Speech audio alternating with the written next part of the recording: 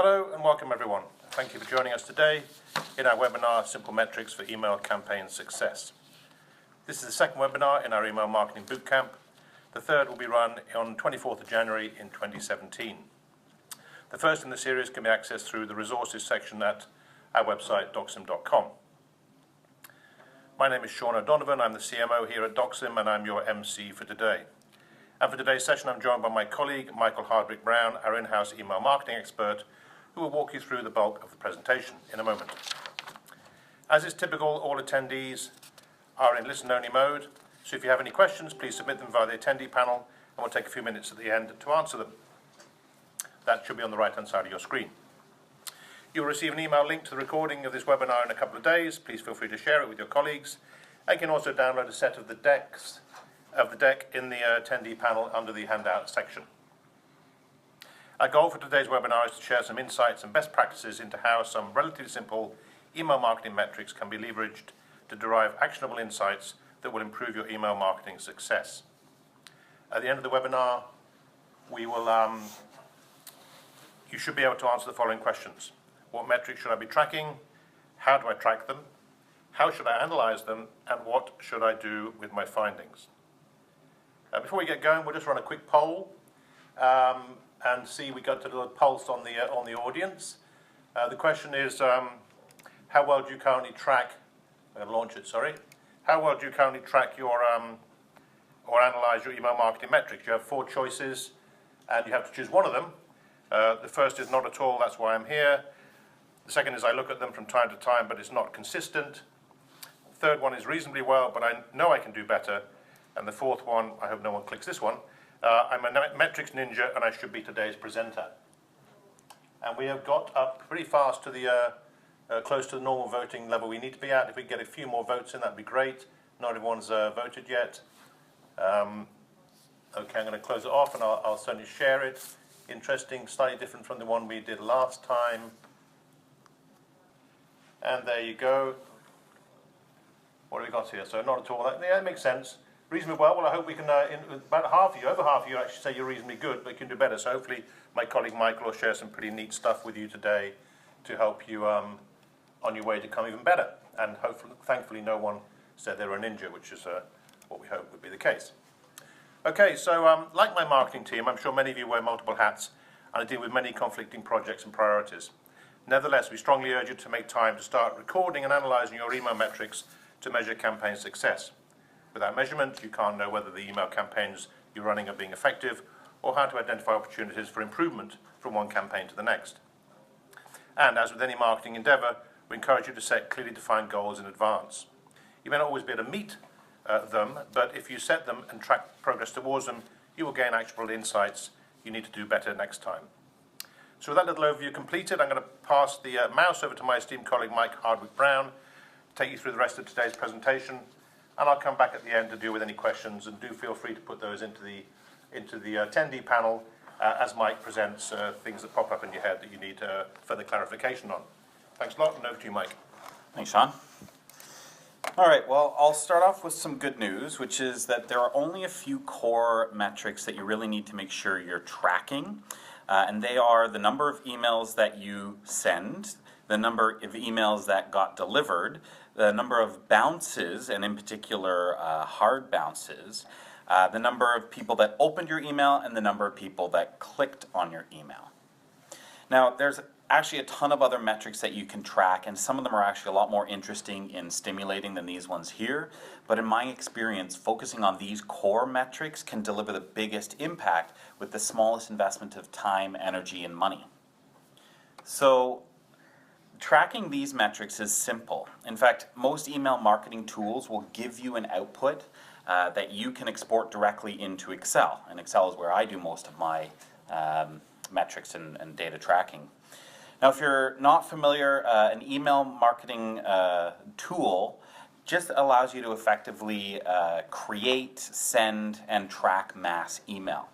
If you don't have one of these tools, or yours doesn't track these email metrics, then I would highly recommend just figuring out how you can get this data and store it in a fashion somewhat like we see here. So the data in these columns don't actually tell you anything by themselves. We need to use some basic math to generate the ratios from the metrics and compare them to some benchmarks. So what are these ratios? They are your delivery rate, bounce rate, particularly hard bounce, your open rate and click rate. Now we're going to discuss how to calculate and analyze these metrics and what to do to improve them.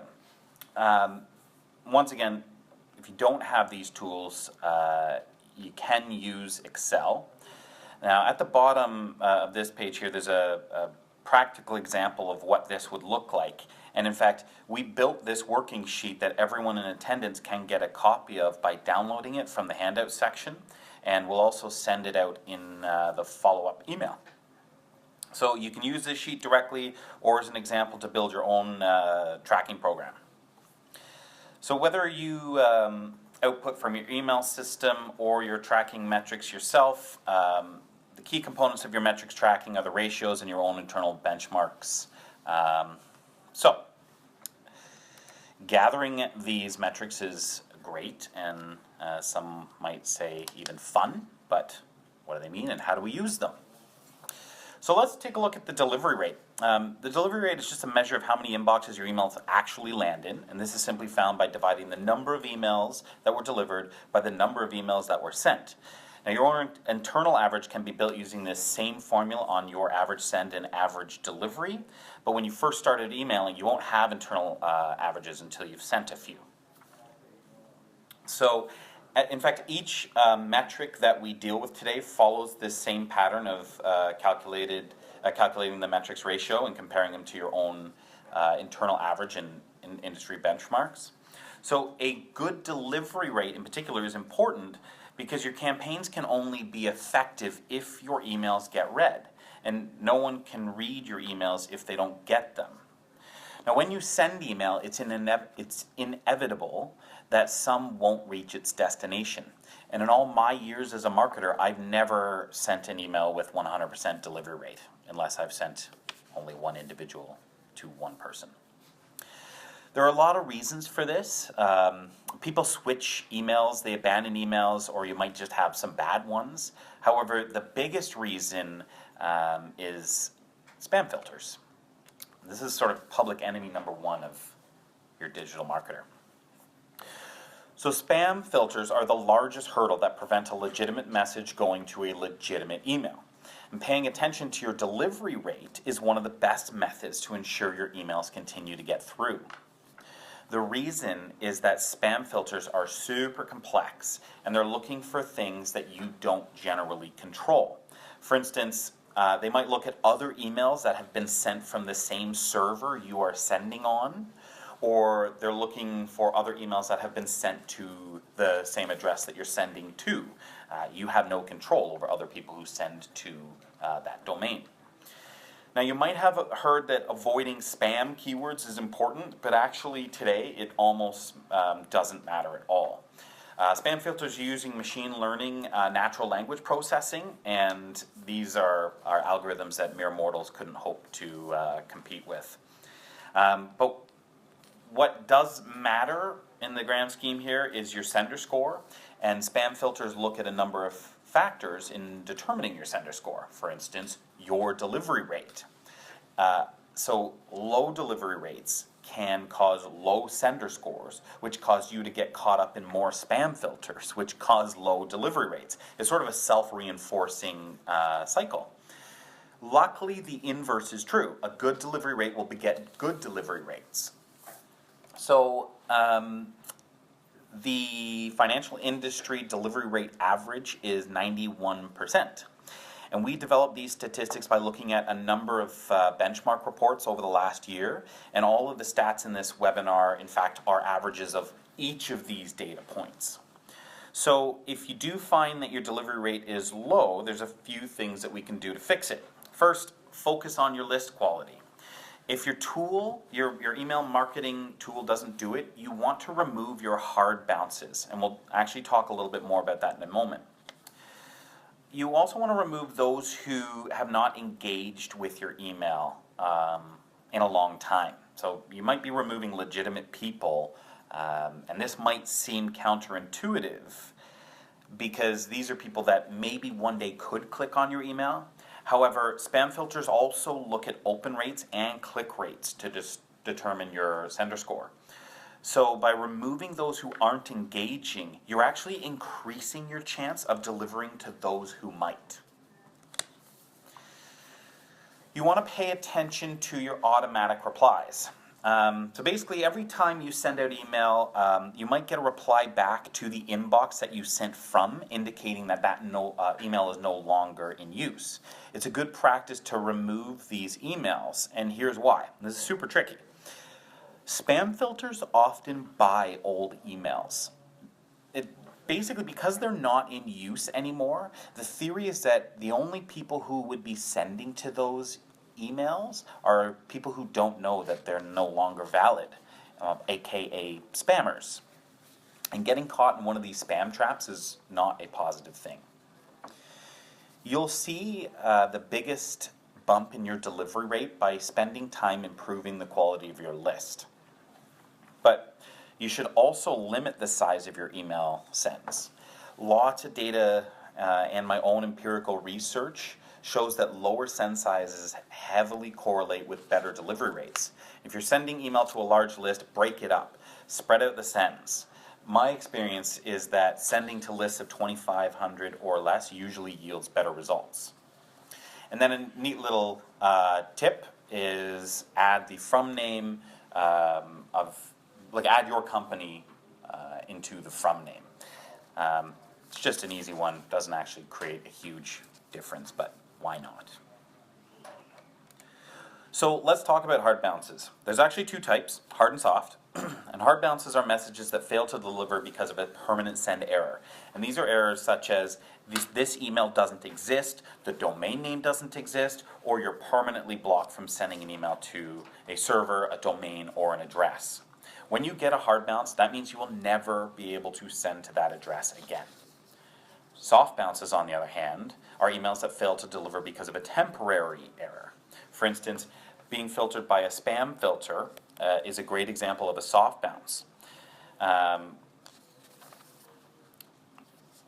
Okay, so I focus primarily on hard bounces because spam filters treat hard bounces more severely than soft bounces. A hard bounce is directly indicative of your list quality and should be actioned immediately. And if you don't have an email marketing system to do this, you'll have to manually go in and remove previous hard bounces from your future sends. So, your open rate is simply the number of people that open your email, and it can be measured by dividing the number of emails that were opened by the number that were delivered. Now, open rate is influenced essentially by who you send what to, or in other words, it's the alignment between your message and your members' interests. So, as an example of sort of this list selection idea, sending mortgage emails to university students will likely generate a lower open rate than, say, sending that same email to people who have recently had a marital status change from single to married. So you can also influence your open rate by your subject line, but in my view, sending content to the right people can have a far greater effect on your open rates. Think of the best piece of content sent to someone who doesn't care about the issues will fall completely flat. Okay content sent to someone who cares will still get consumed. Now please don't take this as an endorsement to write just okay content. This will have much more negative effects on your email program. So the financial industry benchmark for open rates is 19.1%. If you find yourself below this or below your own internal benchmarks, the best way to improve your open rate is to start segmenting your lists. It's simply the process of dividing your lists into groups with similar interests or characteristics. For instance, grouping people by age, income, family status, product ownership, etc. By doing so, you can make your messaging more specific to each group. Now, if you were in attendance at my last webinar, I brought up the stat that only 18% of organizations within the financial industry use segmentation. So I'm going to extrapolate that 4 out of 5 organizations listening today might have low open rates.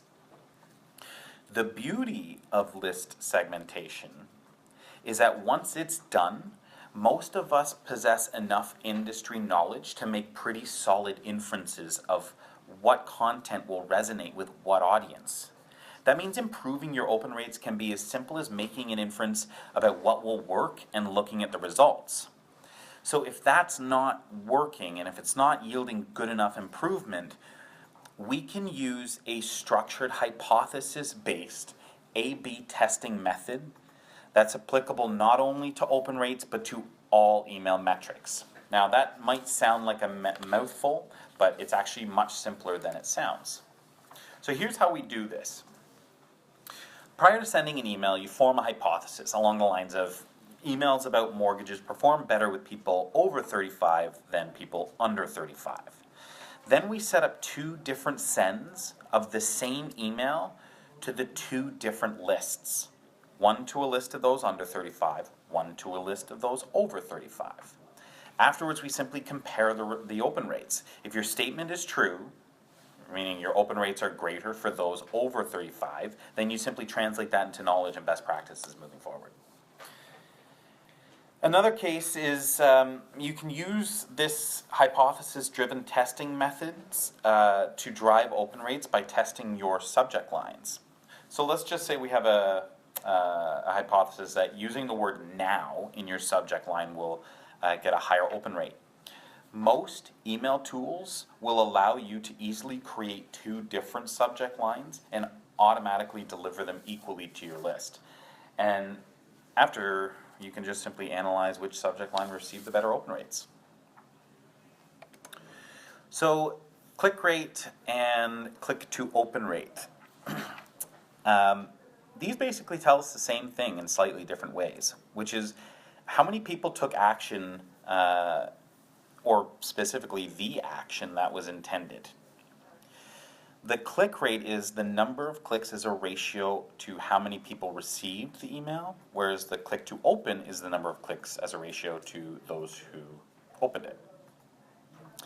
Both of these metrics are primarily affected by the content of your email and its alignment with your members' interests.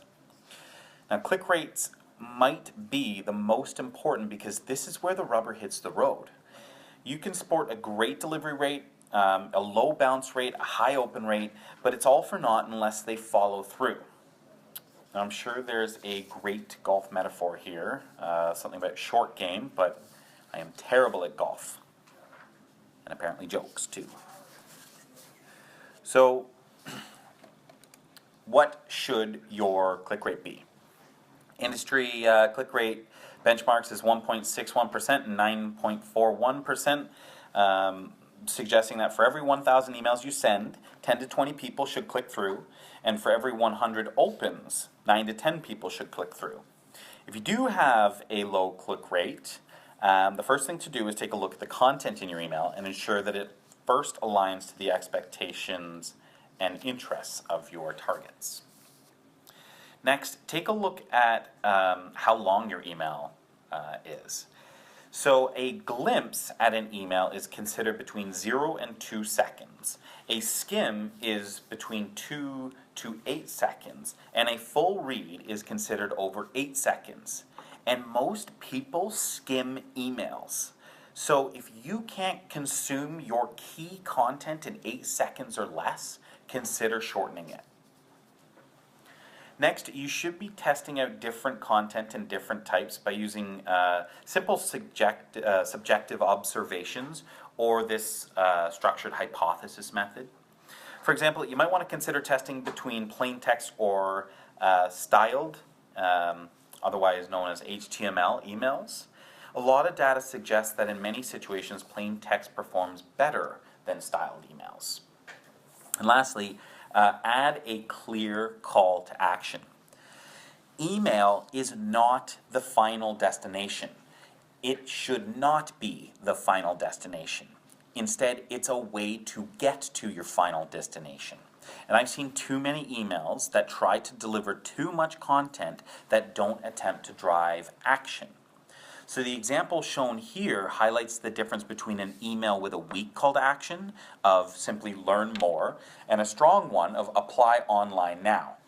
The weak call to action doesn't help the reader understand what outcome awaits them on the other side of the click, and it does nothing to encourage them, whereas the second one does exactly that. By clicking, I know exactly what I'm getting. Okay. ROI, return on investment.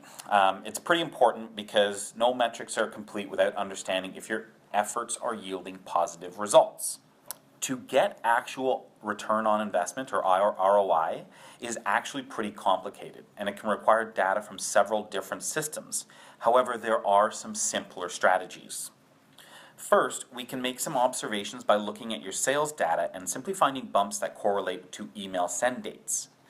And look at the year-over-year or month-over-month sales data to find increases in revenues from products or services that you're promoting. We at Doxon do this all the time as sort of a preliminary step to determining whether our efforts are effective or not. So for those who require more accurate and defendable data, like we do, we basically require a sales report that includes who you sold what to. And then you require a campaign report that indicates what emails you sent to who and what the outcome was. The key here is to have a common identifier like a name or an email address. And we can use Excel with some fancy formulas to find out if anyone in the email campaign exists in the sales report. Now, I know that I may have just lost a few people, but we're actually including an example of the formula that allows you to do this in the spreadsheet that you're delivering, or that we're delivering. If you have any questions about it, just reach out to me. So, there are many more metrics that you can track, and assuming that you have an unlimited amount of resources, I encourage you to. However, most of us live in a reality that we have to make decisions on what to spend our time on. And now, if this is your situation, I suggest you focus on the core metrics because they'll have the biggest impact on your business. The most important thing is to look at the metrics that are directly in line to the goal of your email. So before I finish, I want to leave you with a few more tidbits. When I first started emailing, time of day was like a super interesting metric. And it's a metric that as an email marketer, you're sure to come across. There's a lot of info on the web about email marketing metrics, and there seems to be a disproportional amount written about the effect of time of send and its effects on your open rates. Now, in my opinion, the positive impact that adjusting time on send can have on your open rate is significantly lower than that of focusing on your segmentation and targeting. Second tidbit, responsive emails are super important. In the last webinar, I mentioned that 30% of emails are opened on mobile devices. Well, email that's not optimized for mobile have click-through rates that are virtually zero. So we purposely did not mention this as a response to low click rate because everyone should be designing mobilely responsive emails off the bat. Lastly, when you kickstart or ramp up your email marketing efforts, you can expect lower delivery rates and high unsubscribe rates. And this is normal when you start emailing people who have not consistently received email from you in the past. It should settle down after the first few emails you sent. Anecdotally, I've experienced unsubscribe and bounce rates that are 2 to 3 times higher than the normal benchmark when starting a new email program. So I want to thank you for your time and attention, and I will hand it back to Sean. Thank you a lot, Michael. Okay, great. That was perfect timing. We've got a few minutes left at the end here now for any questions that may have been put into the panel. We've got a couple here. If you've got a question, do feel free to pop it in there for us. The first one is, what is considered to be a high unsubscribe rate, and what can I do to lower it? You going to take that one, Michael? I'm not sure I understand what's unsubscribe rate. Unsubscribe rates should be definitely below 1%. When you're in the throes of it, lower than 0.1%. And I believe that we have a target of 0.09% and are hitting 0.03 to 0.04%. Okay, so anything over a percentage point would be considered a bit high. Yeah, I would say if you get over 1%, that's an alarm bell, and deal with it. Okay, perfect. Next question I got here is, does lowering send size improve open rates? Yeah, I said that in my presentation. So in preparation for this, I did a bit of an analysis, a bit of a regression analysis on how many emails we send, and I plotted them in terms of their size and the open rate. And there was a clear bell curve towards smaller send sizes. If I have that, I could make it available to you guys. I'll look up afterwards and see if I have that.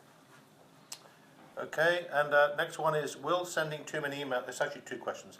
Will sending too many emails impact my sender score? And what is considered sending too many emails? Okay, so there's two ways to think about this. One is will sending too many emails at one time impact my sender score? Yes. You are more likely to get caught up in spam filters.